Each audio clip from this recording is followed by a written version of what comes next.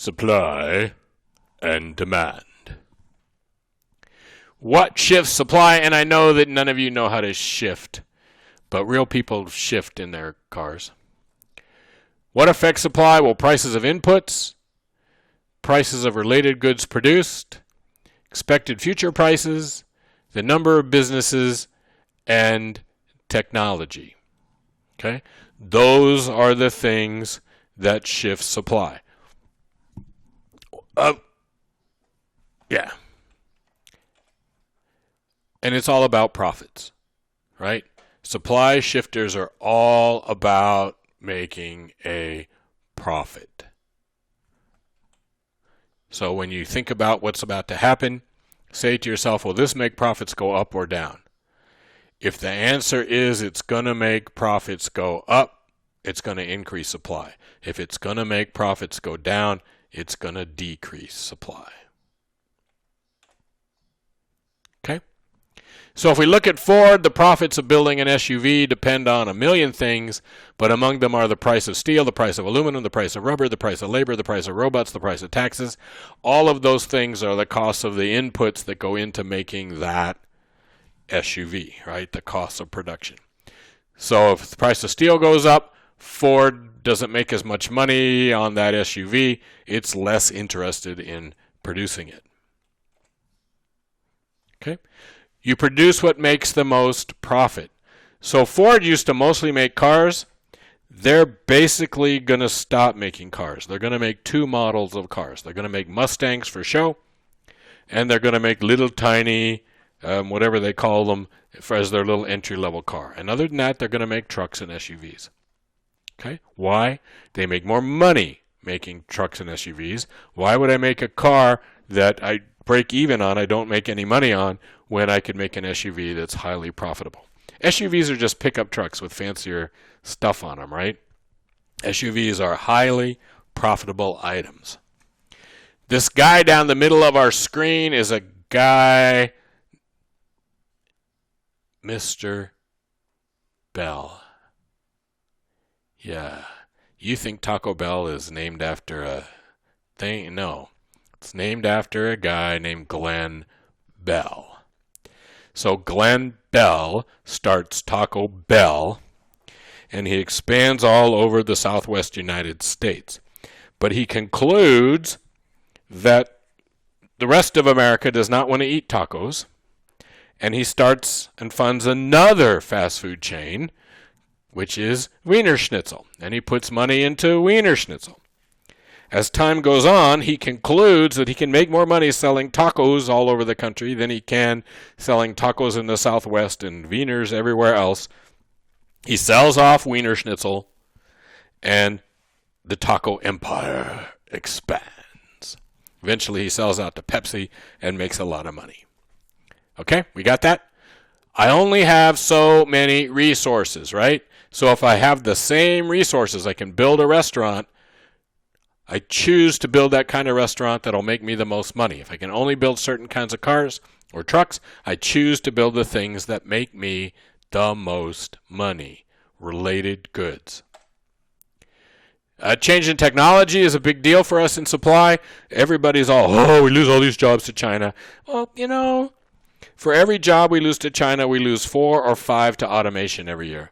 And that's only going to get worse.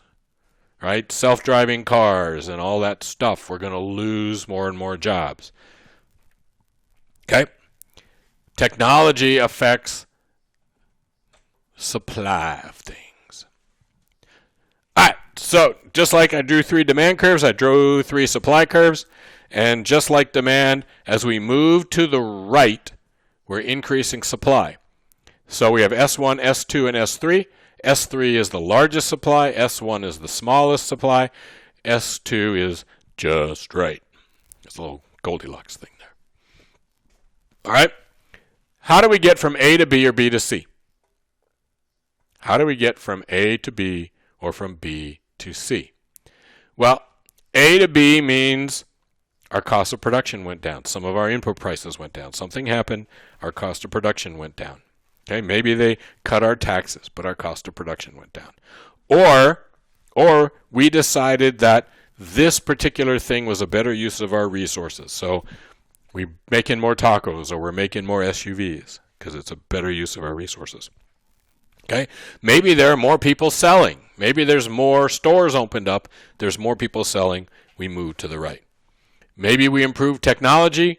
We move to the right. Okay? How do we get from C to E? Well, C to E means we lowered the price. So if this is supply and demand for SUVs, we get to E.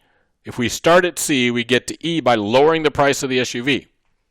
Doesn't change our cost of production. Doesn't change how many sellers there are. Doesn't change anything else. We just have a sale on SUVs. Having that sale on SUVs get us from C to E. A to B, B to C, changes in supply. C to E, change in quantity supplied. Okay, we're going to put these two things together and we're going to get something called equilibrium. Equilibrium is that place where the quantity supplied is equal to the quantity demanded.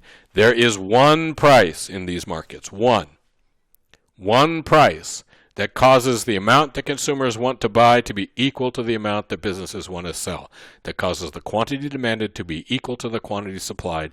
And that point of equality we call equilibrium. Okay? Equilibrium. Quantity demanded is equal to quantity supplied. Looks like this. Is this beautiful? We have demand and supply on the graph at the same time.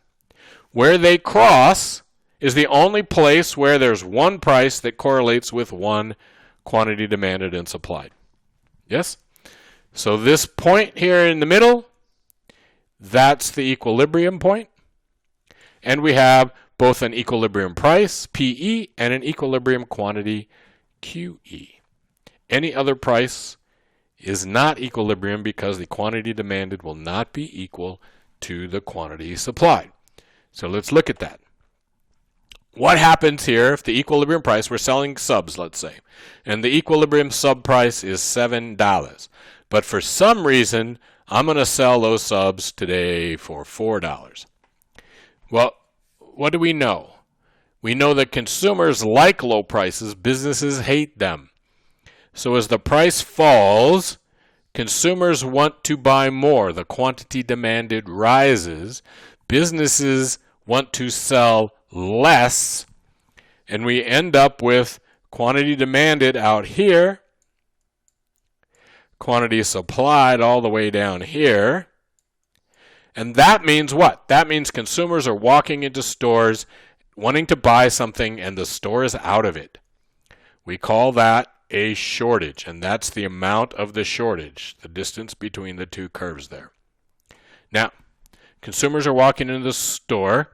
They want to buy toilet paper. There's no toilet paper. And the store goes, hey, there's never any toilet paper. What would you do if you were a smart business person and there's no toilet paper?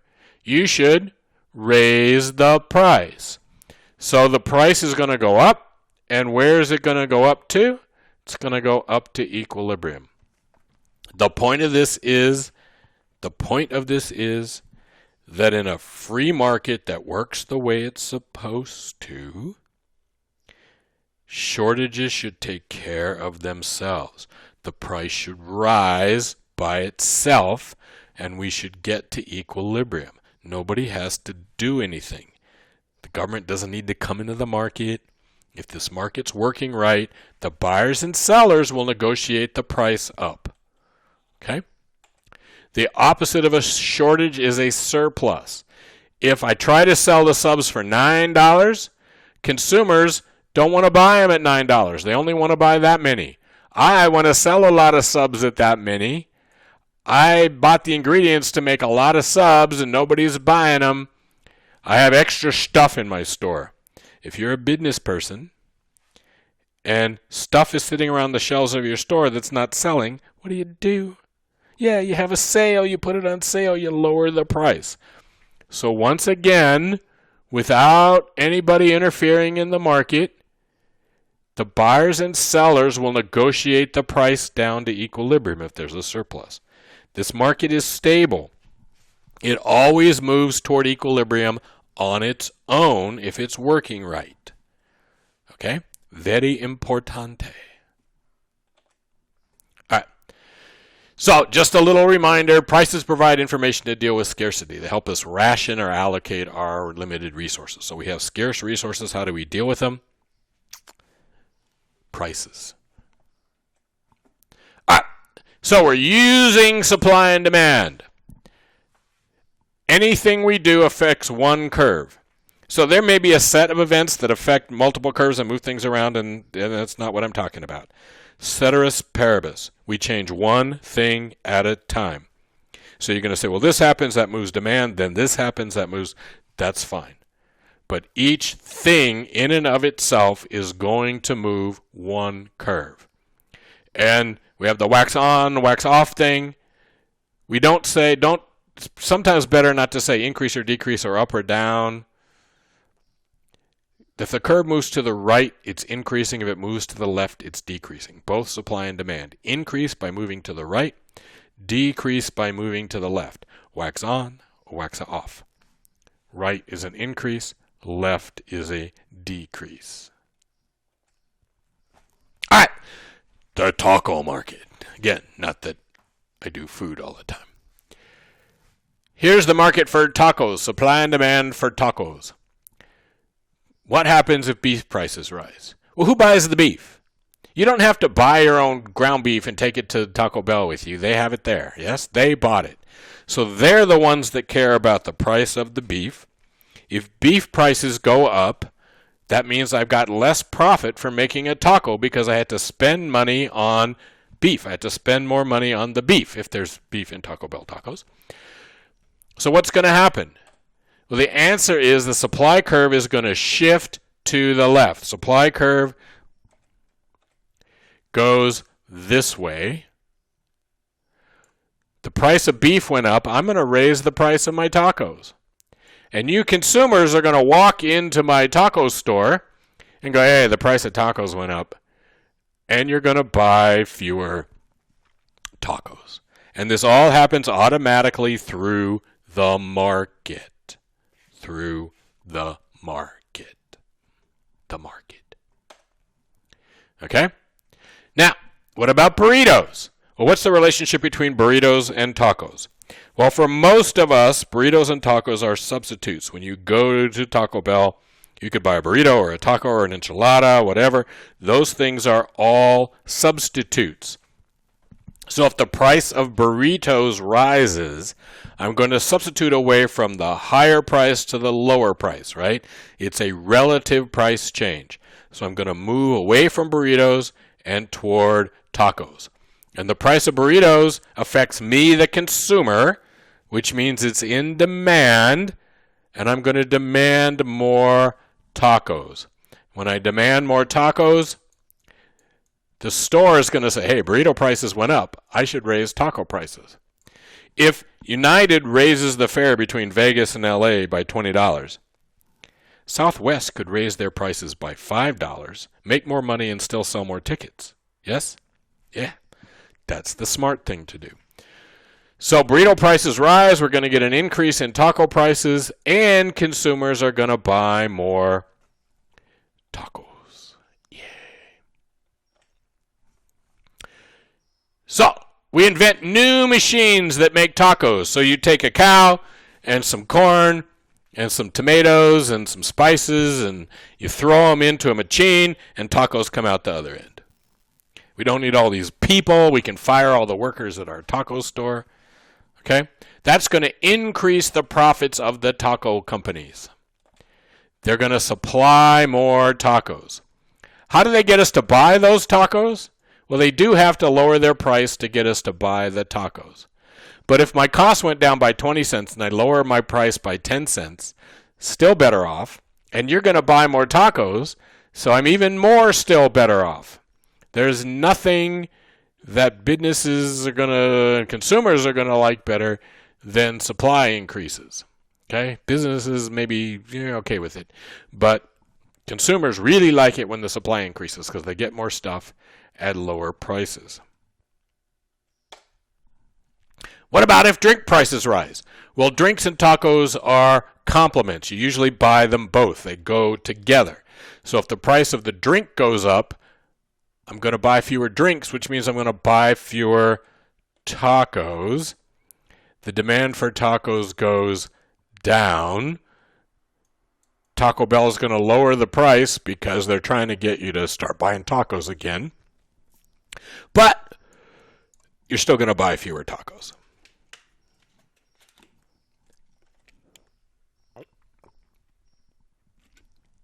Now,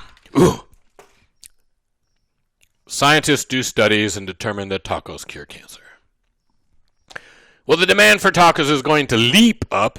We're all going to go out and buy more tacos so that we don't get cancer. Taco Bell is going to raise the price, especially when the government makes you get a prescription from your doctor to eat a taco. The price is going to go up. And we're all going to eat more tacos and be healthier. Exciting. It's exciting. Okay? Now your Taco Bell and your workers' wages have to increase. So we're going to increase the wages that we're paying our workers.